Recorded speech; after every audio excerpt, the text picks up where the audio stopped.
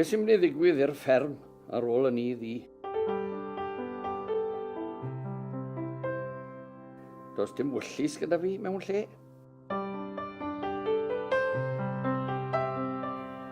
Ydw i'n mynd i dreulio gweddill fy oes ar y fferm, neu falle dylen ni feddwl am ymddeol a symud. Lle byddai'n byw, oes digon o arian gyda fi wneud hynny.